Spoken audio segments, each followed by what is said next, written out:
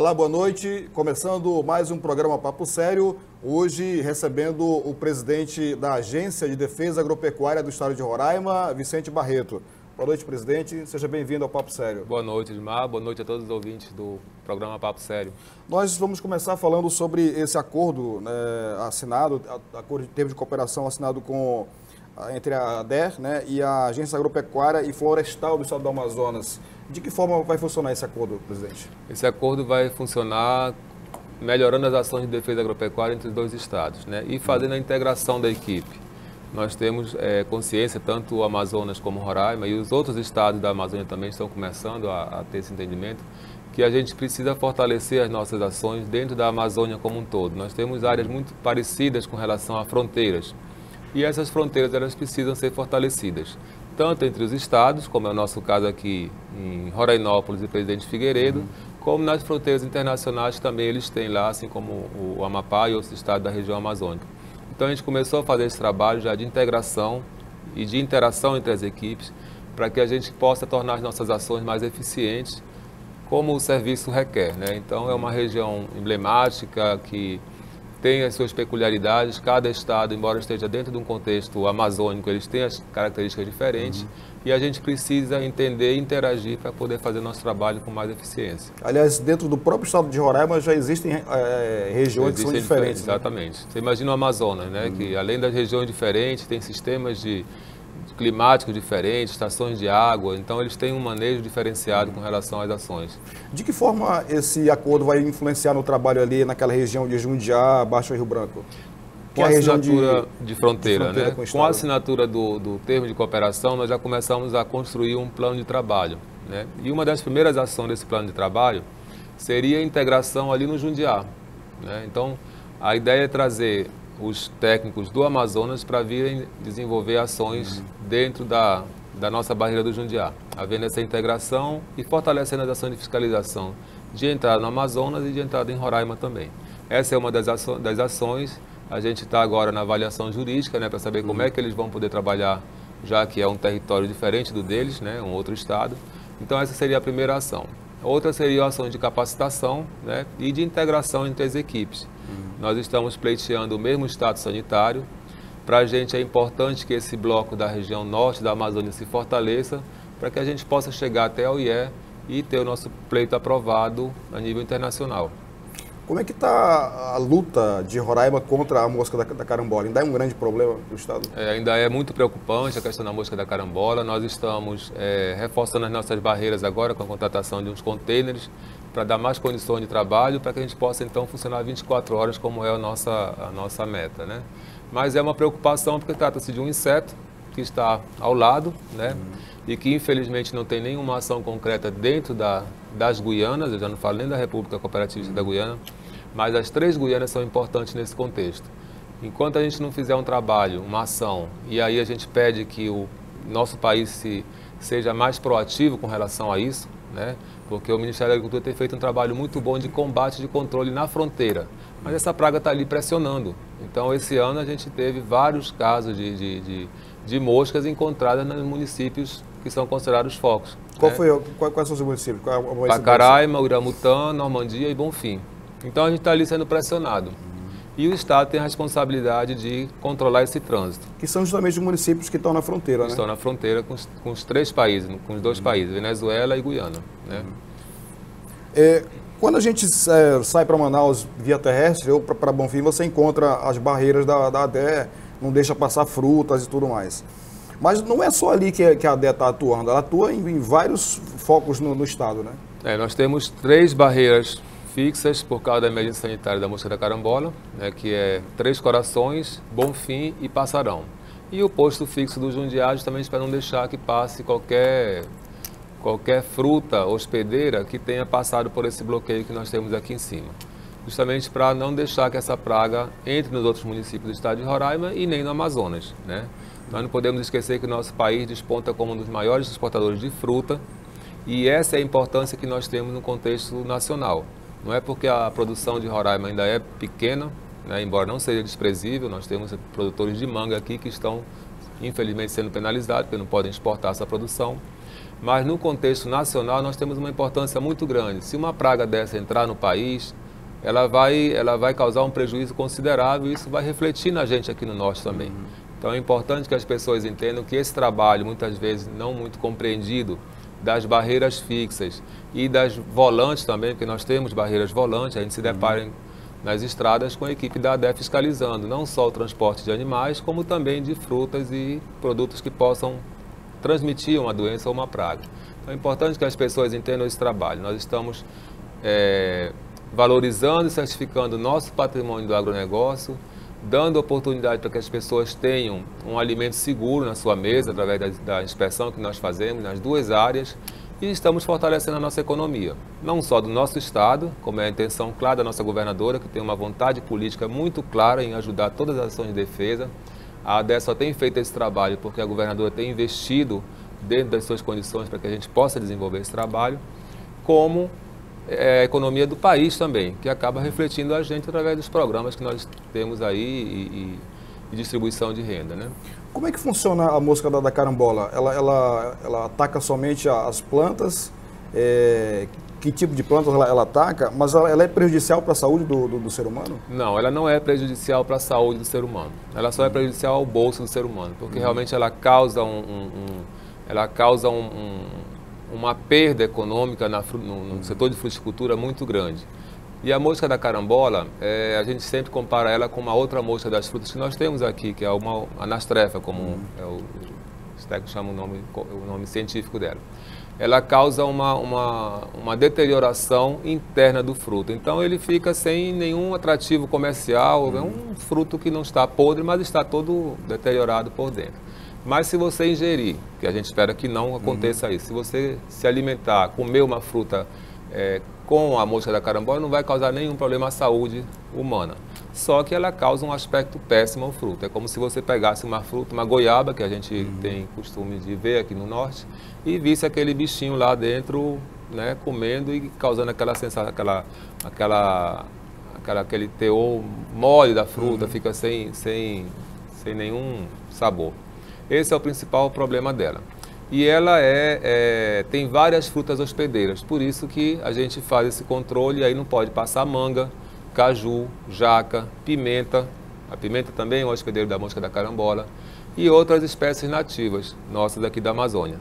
Então, é uma variedade de frutas, o tomate também é um hospedeiro, é uma variedade de frutas que não é só a carambola. A carambola ficou porque ela foi identificada a primeira vez na carambola.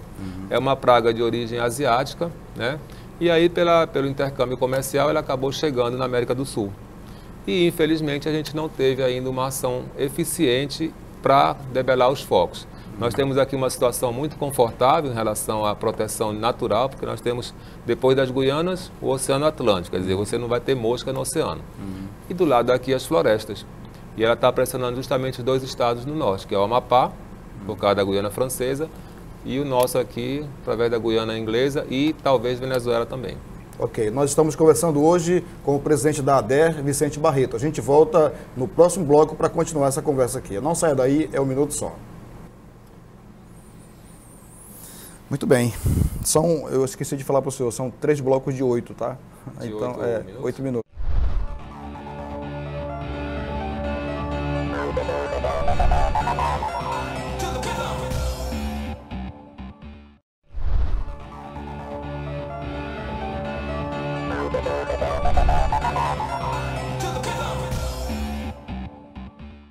Nós voltamos com o programa Papo Sério, hoje recebendo o presidente da ADER, Vicente Barreto. Presidente, a gente falava sobre a mosca da carambola agora há pouco no bloco anterior. Quais outras pragas dessa natureza existem aqui no estado de Roraima? Nós temos o cancro cítrico, que é uma praga também que a gente está trabalhando em cima da erradicação. É uma praga que ataca as frutas cítricas, né? E também tem uma barreira econômica muito grande e causa um prejuízo muito grande à citricultura.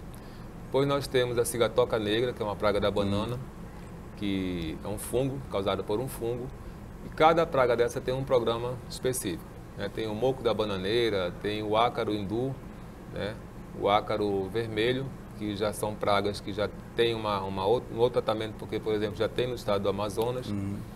E assim a gente tem várias pragas também pressionando aqui próximo nas fronteiras, que a gente está procurando manter esse serviço mais eficiente, justamente para não deixar que essas pragas entrem no nosso território. São identificadas através de uma parceria com o Ministério da Agricultura, que está atento também a essa questão da vigilância na fronteira, e a Embrapa, que tem dado um apoio fundamental com relação a essa praga. Agora mesmo nós tivemos a infeliz notícia de que temos uma praga das pastagens exótica no estado, um percevejo, um bliço, né? E assim a gente vai trabalhando e ficando atento, porque infelizmente, pela interação comercial, pelo fluxo de pessoas, pela tecnificação do setor do agronegócio, você vai estar sempre se deparando com essas pragas e doenças. E é por isso que nós temos que ter um serviço eficiente, estruturado, né? E a fitosa é para isso, a fitosa é para estruturar todo o serviço de defesa para que a gente possa agir, que as pragas virão, as doenças virão, e a gente tem que estar preparado para não deixar que elas se espalhem e se instalem no nosso território. Também é importante que a população compreenda o trabalho que a ADE está fazendo, né? Eu, por exemplo, sobre uma história de que, não sei se é verdadeira, mas eu vou contar aqui, de que uma senhora ia passando com bananas no porta-malas do carro e a fiscalização abriu, falou que não podia passar, e a mulher se estressou, pegou o cacho de banana, jogou no chão e pisou em cima e disse: vocês vão comer, mas não vai comer não, que eu vou estragar e tudo mais. Quer dizer, é uma ignorância, né? A pessoa não entende a importância desse trabalho para não deixar a praga se espalhar pelo estado e pelo país, né? Como o senhor falou há pouco. Exatamente. Eu acho que a população, eu tenho colocado sempre que eu tenho oportunidade, é fundamental que a população entenda esse trabalho. Muitas vezes a gente trata da ação de defesa como se fosse específica de quem produz, né? Do fazendeiro, do agricultor que produz esse alimento. Mas não. Todos nós, toda a população, ela tem que estar entendendo e tem que estar envolvida nesse processo. Nós precisamos de alimento seguro, então a ADE é quem dá essa primeira triagem, né, essa segurança. E essas barreiras, elas são importantes justamente para a gente controlar esse fluxo de pragas. Então, as pessoas que têm seus produtos apreendidos, que acharem que os nossos fiscais vão tirar proveito disso, elas estão enganadas. Se isso acontecer, eles podem denunciar e nós estamos sempre atentos, porque não acontece. O que nós aprendemos, eles são descaracterizados, são enterrados, seguem por um processo sanitário também. Frutas, elas têm que passar por um período sob o sol para que não haja nenhum risco de uma larva daquela praga se desenvolver ali. Então, por isso que a gente faz esse trabalho. Infelizmente, a gente tem que aprender alguns produtos que colocam em risco a vida das pessoas, né? A alimentação das pessoas, para que a gente possa fazer esse trabalho com eficiência. Então, as pessoas precisam entender esse trabalho, precisam acompanhar. Os excessos nós estamos combatendo. Eu acho que tem realmente, às vezes, que um ou outro fiscal pode se exceder, e não é essa a orientação da ADE. Tá? Eles estão capacitados para terem paciência também com a população, para explicarem. Agora, a gente pede também que a população tenha paciência com o nosso trabalho, que infelizmente tem que ser feito. Claro. Né? Vamos falar agora sobre a fitosa. O Estado ainda está naquele status de médio risco da fitosa. O Amazonas também está no mesmo status, né? Isso, como é que está sendo esse trabalho para livrar Roraima desse status? Sim, nós estamos, os dois estados em médio risco, né, pleiteando livre de aftosa com vacinação. Roraima está cumprindo seu plano de ação, que foi firmado com o Ministério da Agricultura. Devemos sofrer uma auditoria agora na segunda quinzena de outubro, né, para que a gente possa ser avaliado, ser auditado pelo Ministério e saber se o nosso serviço tem a segurança que o sistema requer, para que a gente possa, então, ser homologado como livre de aftosa com vacinação. Nós estamos dando os últimos retoques, né? São últimos mesmo, são detalhes de reformas pequenas que nós temos que fazer na nossa estrutura, adequação da internet, que tem mais... Para você ter uma ideia, nós temos 3 situações para resolver, que devem ser resolvidas na semana que vem, né? Que é Félix Pinto, Apiaú e Surumu, para que a gente possa, então, estar com a nossa internet interligada no estado todo, com todas as deficiências que nós temos com relação à comunicação. Capacitação técnica nós estamos fazendo também, e a contratação temporária de alguns profissionais para atender algumas falhas que tem de segurança com relação a pessoas, em alguns escritórios que nós precisamos abrir. Então, são detalhes que a gente está ajustando para poder ser auditado e aí ter a chancela de livre de aftosa com vacinação. E o Amazonas também está fazendo a mesma coisa. Né? Eles, com as complexidades que eles têm de um estado maior, muito maior, com né? as dificuldades que têm de locomoção, mas também estão pleiteando essa condição. E Roraima desponta na frente dos 3 estados, eu coloco isso de uma forma muito tranquila, sem querer ser melhor do que os outros, o que prova mais uma vez a decisão de nós fazermos defesa. Né? Isso é muito importante colocar, essa decisão política de que o Estado faça a defesa agropecuária. Por isso que nós estamos muito à frente dos outros estados que estão pleiteando a área livre e estamos muito confiantes que com essa auditoria agora a gente vai conseguir passar para livre de aftosa com vacinação nacionalmente. Né? E aí depois o pleito internacional, então, é outra etapa. O Estado conta hoje com cerca de 780 mil cabeças de gado. Né? Como é que foi o resultado da última campanha de vacinação? Muito bom. Nós tivemos um índice de vacina de 98%. 98%, então acima do que é aceitado pelo Ministério da Agricultura com a vacinação passiva, né? Aquela vacinação em que o produtor vacina e notifica o serviço. 80%, nós tivemos 98%. E esses outros 2% nós atendemos também através da busca ativa, que é um processo logo após a notificação, e eles foram trazidos para o sistema. Então a gente está com uma cobertura vacinal muito boa, que nos dá uma certa segurança com relação a essa condição sanitária do nosso rebanho. Né? Se Deus do livre acontecer da entrada de um vírus desse, ele está com um rebanho protegido. Isso nos dá outra segurança, que é o entendimento por parte do setor produtivo, que tem atendido a nosso chamado, tem entendido que o trabalho da defesa é justamente para garantir o seu patrimônio, para melhorar e para abrir novos mercados, consolidar os que nós já temos, como o Estado do Amazonas, que é o nosso principal parceiro, né? E poder abrir novos mercados, poder aumentar a nossa produção de carne e leite, que é uma vocação natural do Estado, e é isso que o governo quer. Ele quer mudar a estrutura econômica do Estado, a base, a matriz econômica do Estado, e ela passa pelo agronegócio. Né? Então nós temos aí a nossa agricultura se desenvolvendo também, nós vamos ter uma colheita de soja que já supera as expectativas desse ano e a tendência é aumentar. Milho também já está entrando com mais força no mercado, são os 2 grãos que fazem a base das rações que nós precisamos. E logo então virá a consolidação da piscicultura também, que o Estado já produz bastante, e vem a avicultura, a suinocultura. Então acho que vai dinamizar esse setor, gerar emprego e fortalecer a nossa economia. Tá certo. Nós estamos conversando hoje com o presidente da ADER, Vicente Barreto. A gente vai para um pequeno intervalo, mas volta em seguida para continuar essa conversa aqui. É 1 minuto só, não saia daí.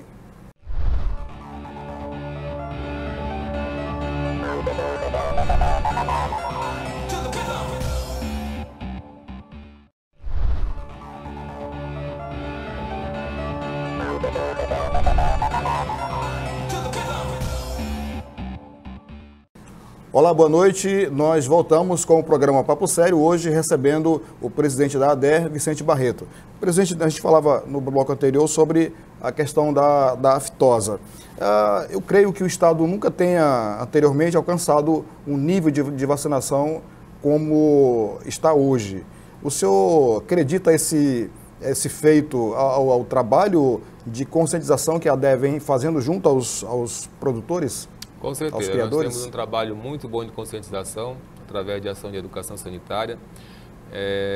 Temos uma estrutura técnica também muito boa de pessoas motivadas, jovens, que realmente estão vestindo a camisa da defesa agropecuária. Isso é importante. Você vê a ADER em todos os municípios do estado, isso aí é notório.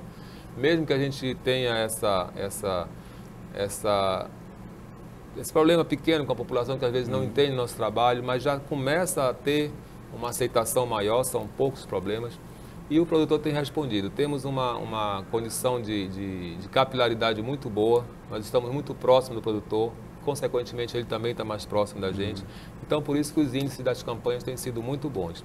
Desde 2015 para cá, nós temos acima de 95% de cobertura vacinal desse rebanho. Então isso aí só nos deixa mais seguro com relação a isso, e a tendência é aumentar. A tendência é que a população entenda mais o nosso trabalho, que a gente precisa massificar isso aí, para que a gente tenha solidez no que a gente vai produzir. Não adianta a gente querer abrir mercados se daqui a pouco nós vamos ter aí uma demanda, né? E a gente não poder atender porque o nosso produto não tem qualidade e tem as barreiras econômicas. Então é preciso que a gente continue esse trabalho, intensificando cada vez mais nas escolas, nas comunidades, nos sindicatos rurais, nas cooperativas, né? Nós temos um parceiro fundamental nesse processo, que é a Cooper Carne, que tem estado sempre junto com a gente nas nossas ações, ajudando. O próprio Ministério da Agricultura tem sido um parceiro fundamental. A FUNAI, na questão das áreas indígenas aqui, da área da Raposa Serra do Sol e São Marcos, onde a gente faz agulha oficial, por causa da questão da fronteira. Então, eu acho que a gente está conseguindo atingir essa consciência no Estado, que é fundamental para que as ações de defesa sejam eficientes e a gente consiga realmente consolidar o nosso agronegócio na área sanitária. O senhor falou nas áreas indígenas, os indígenas aqui no Estado têm um pequeno rebanho que também que é importante ali, né? O tratamento com os indígenas é diferente do tratamento com os não indígenas? Especificamente na área contínua, né? Raposa Serra do Sol e São Marcos, eles têm uma diferença só, que é a agulha oficial feita pelo Estado e o Ministério da Agricultura, né? A gente trabalha em parceria, os 3 órgãos. Estado, Ministério da Agricultura e FUNAI. Essa agulha oficial significa que eles não pagam pela vacina? Eles não pagam e a gente aplica a vacina também. Então, a vacina ela é adquirida pelo Estado e é aplicada também pela equipe do Estado junto com o Ministério da Agricultura. Então, e eles também participam, os índios também, eles são muito receptivos às ações de defesa. Participam ativamente no manejo desses animais, na vacinação. Então, nós fazemos esse trabalho. Com relação às outras comunidades, não, elas têm um tratamento como qualquer produtor, elas compram a vacina e passam por todo o processo de notificação, como eles também passam, né? Então, só existe esse detalhe por causa da segurança na área de fronteira. Nós temos aqui a Guiana Inglesa, que é livre de aftosa sem vacina, mas temos a Venezuela, que é alto risco, né? Ele não tem um sistema muito eficiente como a gente espera que eles consigam ter. Então, por essa situação, a gente tem que dar uma proteção maior a essa área de segurança. E aí o Estado tem que entrar fazendo agulha oficial. Bom, vamos mudar um pouco de assunto. Recentemente, a ADER certificou uma pequena fábrica de coalhada aqui na capital, com a emissão do selo de inspeção estadual, né? Possibilitando que o pequeno empresário possa comercializar o produto dele no comércio local aqui. Certo. O que é necessário para que uma fábrica dessa natureza receba esse certificado? É necessário que ela procure a gente, né? Aqui na sede ou em uma das unidades nós temos nos 15 municípios, a 10 está nos 15 municípios e mais alguns distritos através de escritórios de atendimento à comunidade. Então a pessoa que está interessada em ter o seu produto inspecionado pelo serviço estadual, ela deve procurar uma dessas unidades, que ela vai ser orientada em como fazer. Inclusive é o procedimento adequado, porque muitas vezes você cria uma estrutura que não é tão necessária para aquela atividade que você vai desenvolver. E a gente tem essa sensibilidade, né? Nós temos um programa do selo artesanal que está sendo implantado, então tem uma série de itens que você vai adequando de acordo com a realidade da pessoa, até que ela possa crescer e possa se tornar um grande industrial na área de produtos de origem animal. É até recomendável que procure primeiro a ADER para poder saber esses detalhes. Exatamente, né? Para poder fazer os investimentos dentro da exigência mínima sanitária que a gente pode preconizar. E aí tem uma exigência também que é com relação à responsabilidade técnica, que o governo também está adequando através da Secretaria de Agricultura do Estado, para que a gente possa incentivar essas pessoas a terem a sua pequena fábrica, a sua pequena agroindústria, de uma forma segura para poderem comercializar seus produtos. Estamos também aderindo ao SISB, que é o Sistema Brasileiro de Inspeção. Quando o Estado for homologar a sua adesão a esse sistema, nós vamos chamar essas pessoas, esses pequenos industriários, até esse senhor da coalhada, né? A gente lá na ADER conhece como tiozinho da coalhada, para que ele possa fazer parte do sistema e integrar o SISB. E aí ele pode ter o seu produto vendido em qualquer estado do Brasil. Por enquanto, ele só pode vender o seu produto, as pessoas que têm o selo artesanal e o CI, dentro do território do estado de Roraima. Existem outras fábricas dessa natureza no estado ou ele é o... Ele é o primeiro na questão da coalhada, mas nós temos vários, temos laticínios aqui no Cantá, temos no sul do estado também, em Baliza, temos algumas granjas que já estão se adequando também, produção de ovos de codorna, produção de aves, de frangos de corte, temos alguns abatedouros também que estão surgindo agora, inclusive de frangos, temos abatedouros de bovinos também que estão surgindo, temos o Frigonorte que deve estar... até o final do ano a gente acredita que ele esteja... Frigo 10, né? Frigo 10, desculpa. Frigo 10. Então, essas atividades, essas empresas, elas estão impulsionando esse setor e dando mais segurança, né? E aquecendo a economia do Estado também, né? Aquecendo a economia, gerando emprego, né? Perspectiva, que é o que a gente precisa, né? Geração de renda. Então, o processo é muito simples. Procure a DER, lá nós temos uma equipe de inspeção preparada para ir fazer a análise, inclusive do terreno onde vai ser instalada essa agroindústria, para que as pessoas não tenham nenhum tipo de prejuízo e nenhum tipo de desânimo, né? Às vezes a pessoa não acha que é muita exigência e quando vai lá, que a gente começa a conversar, começa a explicar o porquê, ele vê que aquelas exigências ali são necessárias realmente para ele poder ter segurança, né? Abre-se nos horizontes para ele poder ter mais segurança e dar essa segurança ao seu cliente, que é nosso principal objetivo, né? Eu acho que a segurança alimentar, além da questão sanitária, ela é fundamental nesse processo. E é por isso que o Estado está trazendo todas as pessoas que estavam na clandestinidade antes, colocando em risco o seu empreendimento e a saúde dos seus clientes, para um processo mais eficiente.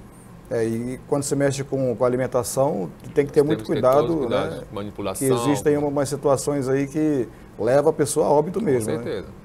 Né? Nós queremos então agradecer aqui a presença do presidente da DER no nosso programa e dizer que o senhor fique à vontade para retornar outras vezes, sempre que necessário. Nós agradecemos a oportunidade. Um programa como esse sempre é muito importante para que a gente possa divulgar o nosso trabalho, possa conscientizar e pedir que as pessoas acompanhem o nosso trabalho. Como eu já falei aqui, é importante para todos nós. Todos nós nos alimentamos, nos vestimos, né? Precisamos de uma renda segura para que a gente possa ter uma qualidade de vida como nós merecemos. E essa é a principal função das agências de defesa agropecuária e da DER. Então, muito obrigado a vocês e sempre que precisar estaremos aqui para atendê-los. Obrigado. Nós conversamos hoje com o presidente da Agência de Defesa Agropecuária do Estado de Roraima, Vicente Barreto. Queremos agradecer a sua audiência e convidar para que volte a assistir o nosso programa na próxima oportunidade. Até lá e boa noite.